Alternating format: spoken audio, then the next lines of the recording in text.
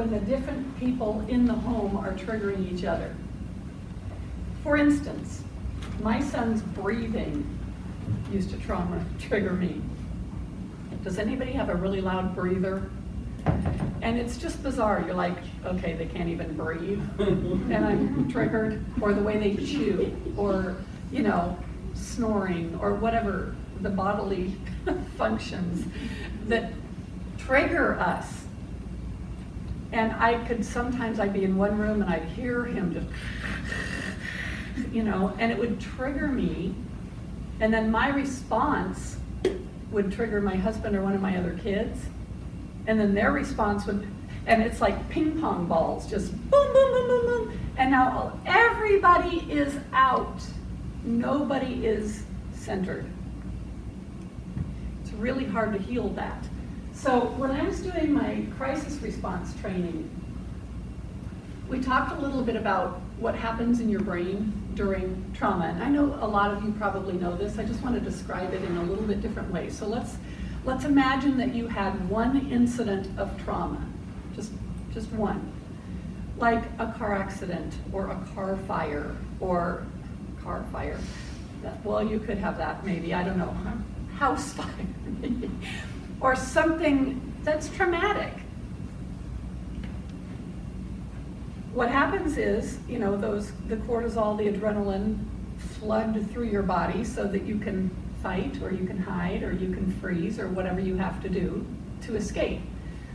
If you had just been eating right before that happened, your digestive system just shuts down because all the blood flows to your limbs, and so you start fighting so that you can fight, right?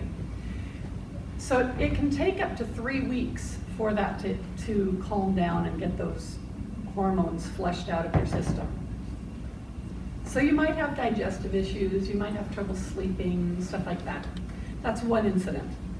We don't diagnose PTSD until at least 3 weeks after this crisis, this trauma situation, because that's how long it takes to just normally flush out of your system.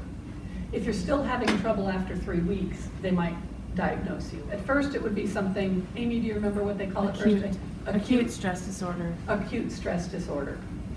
And, but after 3 weeks, they'll flip that over to PTSD, okay? But here's what happens with us. There's one incident. All the hormones flow.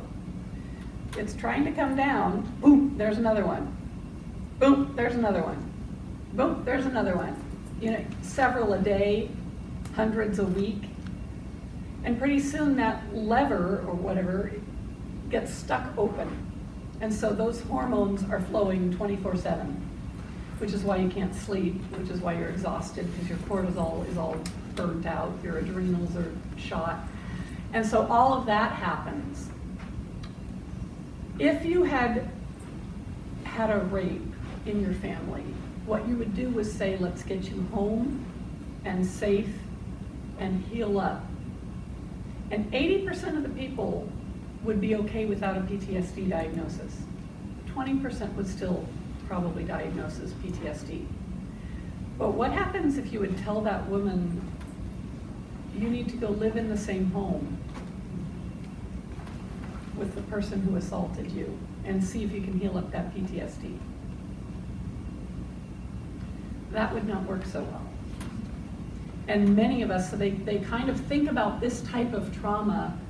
It's very similar to what happens in domestic violence situations, because in a domestic violence situation, which sometimes these are too, but typically you think of it as, you know, adults. When it's a domestic violence situation, there's no peace and calm to be able to let your heart rate, to let your body know that you're safe. So your system can't come down. And it's very, very difficult to heal this with people in the same household.